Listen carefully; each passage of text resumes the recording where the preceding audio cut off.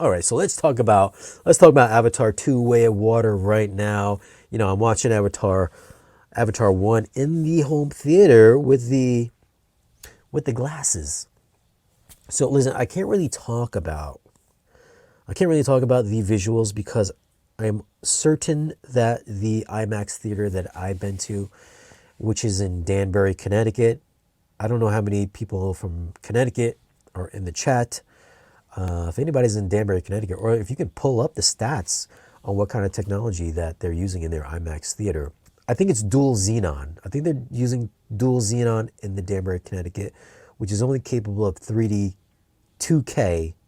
I'm like 90% positive that the IMAX I went to is only 2K. I don't want to pass judgment on what I saw tonight.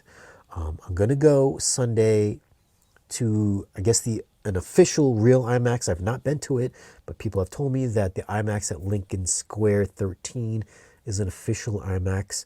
I'm sure somebody must live in New York that has been to the IMAX in New York City at the Lincoln Square 13. If you have, leave the comment below if that is actually an official IMAX theater, because I would like to know officially for sure, because they don't really tell you in the app or on the website what they're using. The 3D looked good at this theater. I just was not blown away. Movie-wise, it was a good movie. I enjoyed the movie.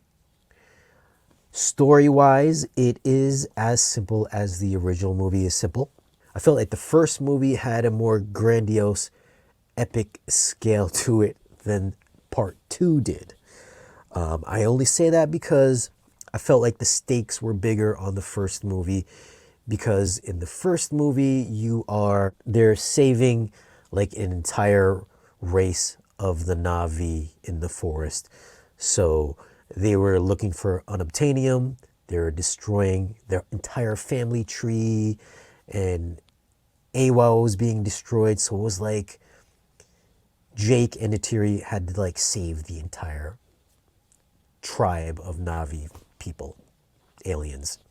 Whereas in part 2, it's basically Jake and Neytiri saving their family, like their kids.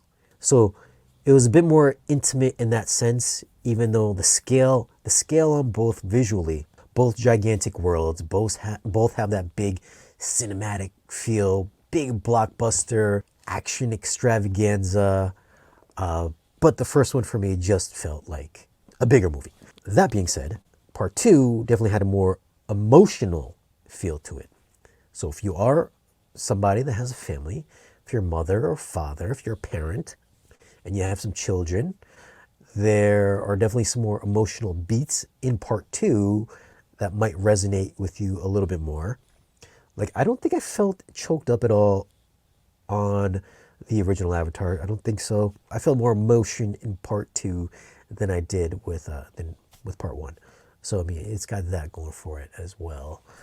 There are some beats from the first movie that's in the second movie as well, like learning to fly, the flying creatures. That was in the first movie. That's here also in the second movie.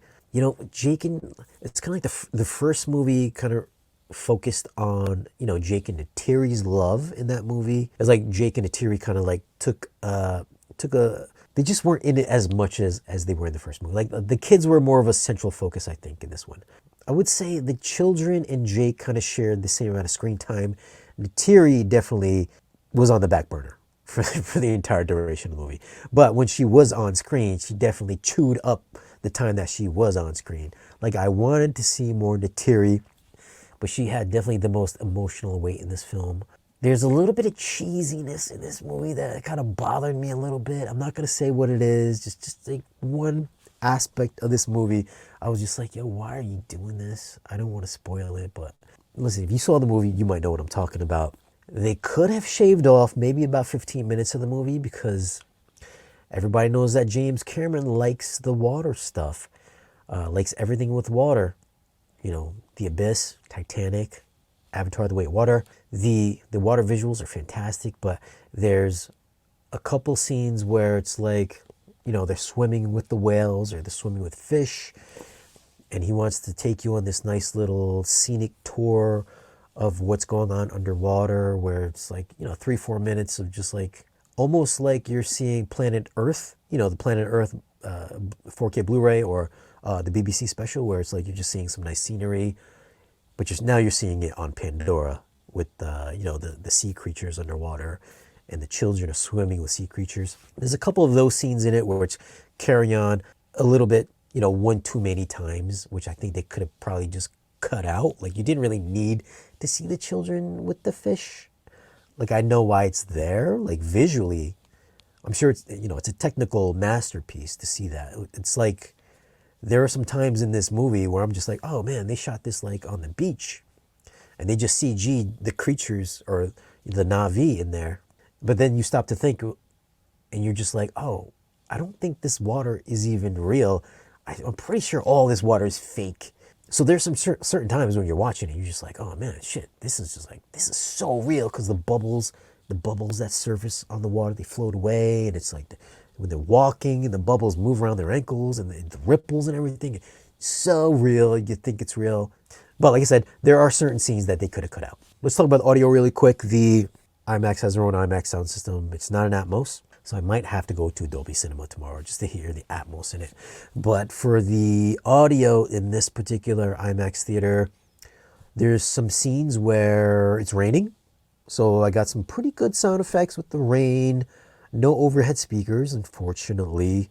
But there was some good lower channel activity. There was actually some stuff where it sounded like it was kind of like coming over my shoulder. So that's pretty good. Side surround activity. It was pretty aggressive. Overall, IMAX surround, good. Was I blown away? No, I was not blown away. I'm gonna reserve that, I guess, for the Dolby Cinema experience, and then hopefully the real IMAX experience might be something different. But I wasn't overly blown away from what I listened to at this IMAX, nor was I blown away visually at this IMAX. And I'm only gonna say that's because this IMAX is not the best IMAX to go to. And this is in Danbury, Connecticut. If you're in Danbury, Connecticut, you know what I'm talking about. But story-wise, still number one for me as far as like epicness. 2, a little bit more personal, more of a personal story, even though you get some fantastic visuals.